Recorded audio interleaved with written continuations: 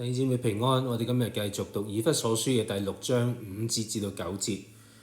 經文咁講，佢話：你們作僕人的要懼怕戰兢，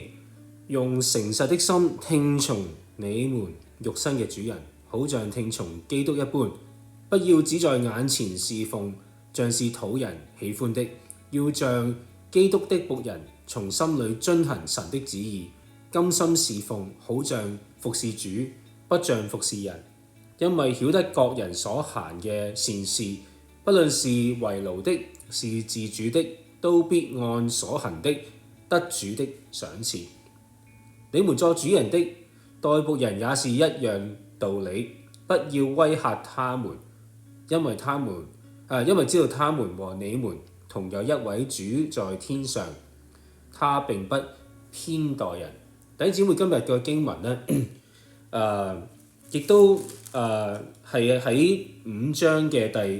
21節嘅基礎下咧去睇嘅，就係又當存敬畏基督嘅心，彼此順服。喺第6章嘅第5至9節嗰度係講緊雙方僱主又或者係奴僕嘅都要按住基督嘅心腸去到善待對方。咁喺嗰陣時嘅情況呢，都話僕人啦，僕人就唔同而家我哋返工嘅打工仔啦。僕人呢，就係當時候主人嘅一個asset 啊，即係財產嚟嘅。咁以前做主人可以好惡嘅，可以苦待佢哋啊，打佢哋，所以呢，佢哋當時嘅關係呢未必係好好嘅，或者僕人嘅好憎嘅主人係咪啊？但係喺佢面前咧，又要咧好有禮貌嚇，咁其實就唔係喺心裏面侍奉啦，係眼前嘅侍奉啦，好似係即係想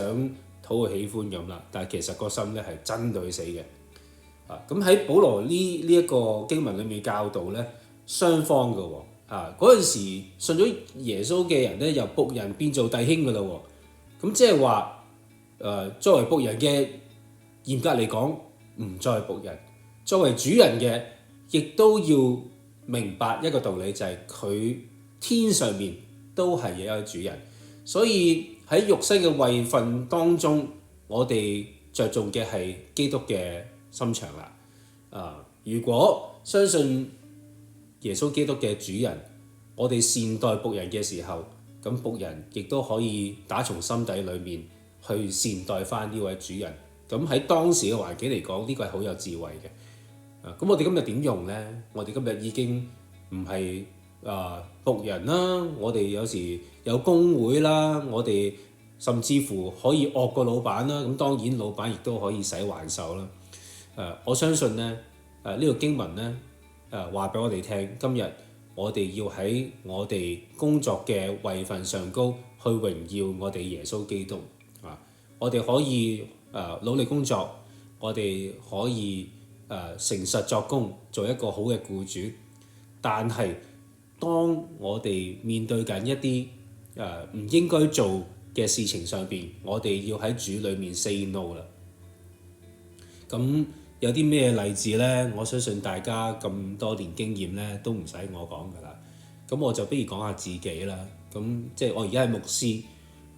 我都學識呢，唔係討好我嘅上司成為一個牧師嘅時候，呢個呼召神不停喺度提醒我要按照佢嘅愛心、佢嘅公義、聖經嘅教導去牧養羊群。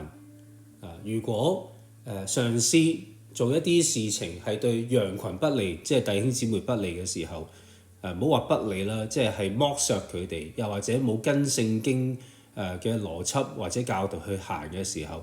咁我就要 say no 啦。如果唔係喺呢一個唔跟聖經行嘅基礎上高咧，基本上咧我哋作為牧師咧，我哋一定要尊重我哋上頭嘅上司嘅。感謝天父啦，都俾我哋會點好多嘅牧師，又或者過去嘅牧師咧，都喺主裏面咧好尊重我哋肉身嘅上司。有一啲已經走咗啦，我祝福佢哋繼續咧去敬拜，繼續去跟隨主耶穌基督。但係咧呢段經文提醒我咧，我無論去到邊度，我嘅 first priority， 我所服侍嘅對象唔係我上司，而係弟兄姊妹。盼望咧我可以秉承呢個教導，可以以弟兄姊妹咧係為核心，因為基督所愛嘅係所有嘅弟兄姊妹。願我哋都能夠咧，無論喺教會或者工場上邊都可以一齊榮耀見證我哋嘅神咯。